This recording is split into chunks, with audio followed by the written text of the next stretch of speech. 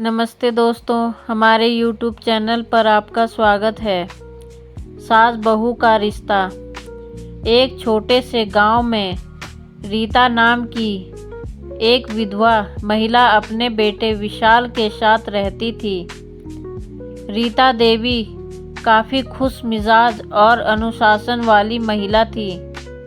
उन्होंने अपने बेटे को बहुत संघर्षों से पाल पोसकर बड़ा किया था।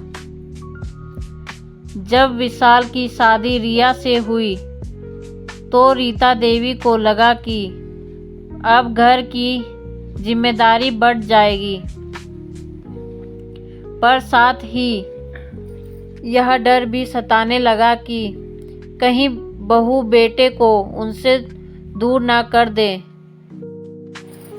रिया एक सुलझी हुई, पढ़ी लिखी और संस्कारी समझदार लड़की थी।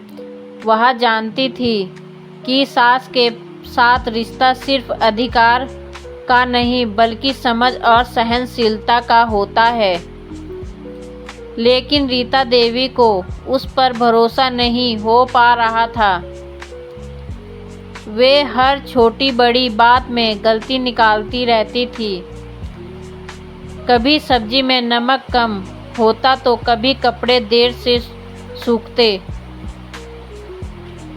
रिया चुपचाप सब सह लेती।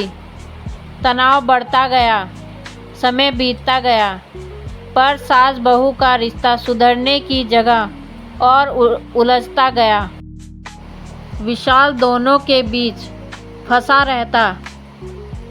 एक और माँ की नाराजगी, दूसरी और पत्नी का मौन दर्द।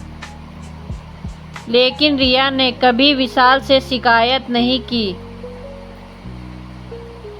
वह जानती थी रिश्तों को बदलने के लिए समय और धैर्य होना चाहिए। एक दिन रीता देवी की तबीयत बहुत खराब हो गई। विशाल ऑफिस में था और घर पर सिर्फ रिया थी। उसने तुरंत डॉक्टर को बुलाया। डॉक्टर ने रीता देवी का चेकअप करने के बाद कुछ दवाइयाँ दी। तब रिया ने सास को अपने हाथों से खाना खिलाया और पूरी रात उनके पास बैठी रही। जब रीता देवी की आंखें खुली, उन्होंने देखा कि रिया की आंखों में नींद नहीं, चिंता थी। उनके लिए उसी दिन कुछ टूट गया और कुछ जुड़ गया।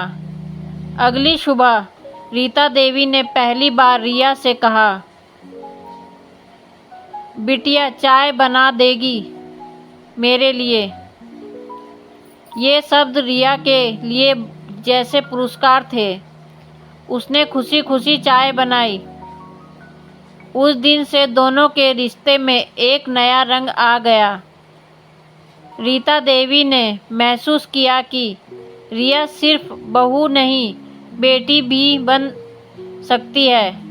अब दोनों मिलकर घर संभालती, साथ खाना बनाती, मंदिर जाती और कभी-कभी साथ बैठकर पुराने गीत भी सुनती।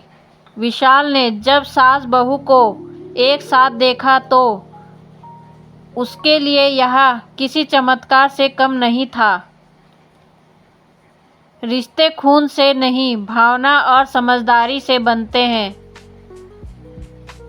सास बहू का रिश्ता अगर भरोसे, धैर्य और प्यार से निभाया जाए तो वह माँ बेटी से कम नहीं होता।